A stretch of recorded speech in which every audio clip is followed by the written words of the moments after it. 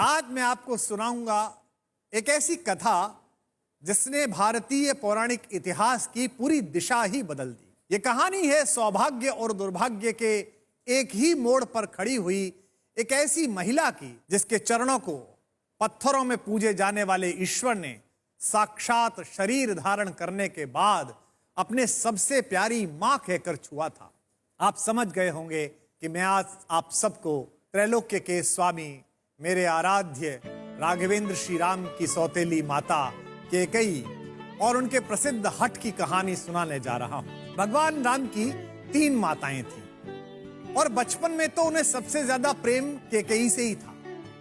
ऐसा कई बार होता था कि वे मां कौशल्या की गोद में सोते सोते छोटी मां कैकेयी का सपना देखते थे और जब उनकी नींद टूट जाती थी तो वे कौशल्या माता से कैकेयी के पास जाने की जिद करके रोने लगते थे। एक ऐसी मां जिस बच्चे को बचपन में इतना दुलारे, इतना प्रेम करे, उसको ही वनवास देने का हठ ठान बैठे, किस स्थिति में हुआ होगा।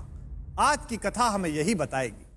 महाराज दशरथ ने सुबह ही सुबह स्नान के बाद दर्पण में अपने कान के पास एक सफेद रंग का बाल देखा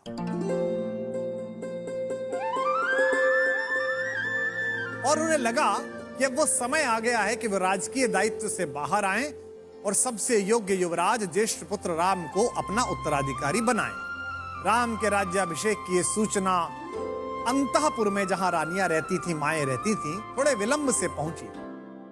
राम की मंझली मां कैकेयी की एक बड़ी प्रिय दासी थी मंथरा।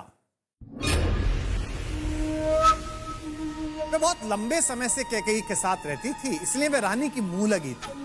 अच्छा, वो स्वभाव से बहुत कुटिल भी थी।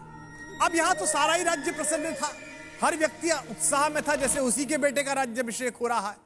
इतनी सारी प्रसन्नता, इतने सारे लोगों का संतोष, असंतोषी मंथरा के मन में कुटिलता जगा गया। उसने कैकेयी को जाकर राज्याभिषेक की बात सुनाई। रानी इस खबर को सुनकर इतनी प्रसन्न हुई कि उन्होंने उसे बहुमूल्य इनाम देते हुए कहा, कितनी अच्छी सूचना लाई हो मंथरा, अब मेरा सबसे प्रिय पुत्र राम राजा बनेगा। यह अयोध्या के साथ साथ मेरा कितना बड़ा सौभाग्य है। मंथरा ने कहा, क्यों महारानी, आपका क्या सौभाग्य? आप सचमुच मूर्खता की हद तक भोली हैं। मुझे लगता है कि आप दुनिया की पहली स्त्री हैं जिसे अपने दुर्भाग्य में सौभाग्य दिख रहा है। कैकेयी ने क्रोध से कहा, तुम्हारी बुद्धि तो ठीक है, क्या अनर्गल बक रही हो? उसने कहा, मुझे तो सब सही लग रहा है, मुझे तो सब पता है, आप ही की बुद्धि पर मोह का पर्दा पड़ा है। अरे राम राजा बनेंगे, कौशल्या आपकी सौत राजमाता बनेंगी और आप बनिएगा मेरी तरह उन माँ बेटों की दासी। कैकेयी ये सुनकर चौंकी। उन्होंने कहा, तुम्हारी बुद्धि में इतना कलुष कैसे आता है मंथरा? राम मेरा भी बेटा है। ऐसे ही मंथरा ने कहा, अच्छा स्वयं बताइए, कोई भी राजा बने, मुझे क्या, मैं तो दासी ही रहूंगी। बस मैं तो इतना चाहती हूं कि आप रानी हैं तो राजमाता भी आप बने, आपको दासी ना बनना पड़े। लेकिन अब आपको अपने भले की बात बुरी लग रही है तो मैं क्या करूं, अब मैं कुछ नहीं बोलूंगी। मैं तो कहकर एक तरफ हो गई।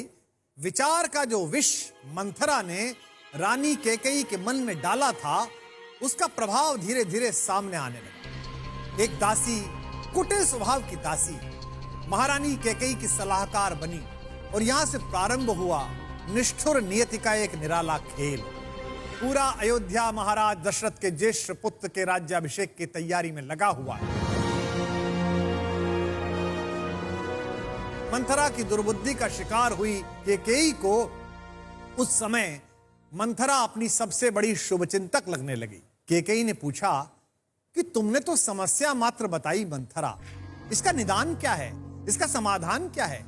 अगर ज्येष्ठ लोग और स्वयं महाराज दशरथ ये तय कर चुके हैं कि राम का ही राज्याभिषेक होगा, तो मैं एक रानी मात्र होने से इस राज्याभिषेक को कैसे रोक सकती हूं? मंथरा ने कहा, आप सरल तो हैं ही, आप बहुत ही भुलक्कड़ भी हैं। आपको याद है जब आपने संभासुर के साथ युद्ध में महाराज दशरथ की प्राण रक्षा की थी तो उन्होंने आपको 2 वरदान दिए थे और युद्ध क्षेत्र में खड़े होकर आपने कहा था, महाराज मैं अभी क्या मांगू, कभी समय आएगा तो आपसे कुछ मांग लूंगी।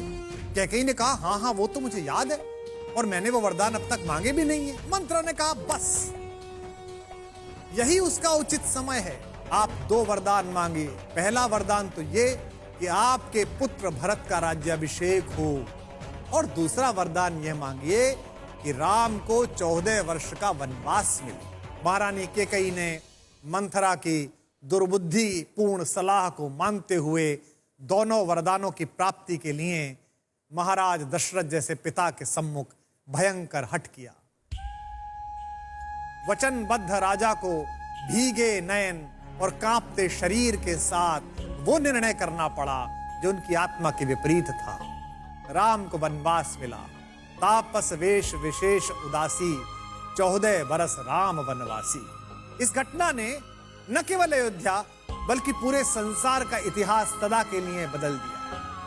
अपने बड़े भाई की चरण पादुकाएं राज सिंहासन पर रखकर राज्य की देखभाल करते भरत भाइयों के बीच प्रेम का पर्याय बन गए और वनवास काटते युवराज राम को नियति ने 14 वर्ष में जो युवराज निकला था उसे प्रभु श्री राम बनाकर वापस लाया।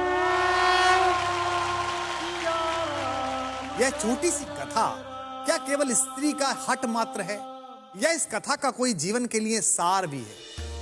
इस कथा का प्रतीक शास्त्र समझिए, पर इसका सबसे बड़ा सार यह है कि जब जब आपके साथ के लोग मंथरा जैसे कुटिल होंगे, जब जब आप दुष्टों को अपने जीवन में हस्तक्षेप करने का अधिकार देंगे, जब जब आप कलुषित हृदय वाले लोगों की सलाह सुनेंगे, तब तब आप चाहे अंदर से कितने भी सात्विक हों, आपके अंदर का सात्विक तत्व राम तत्व अंततः वनवासी हो ही जाएगा।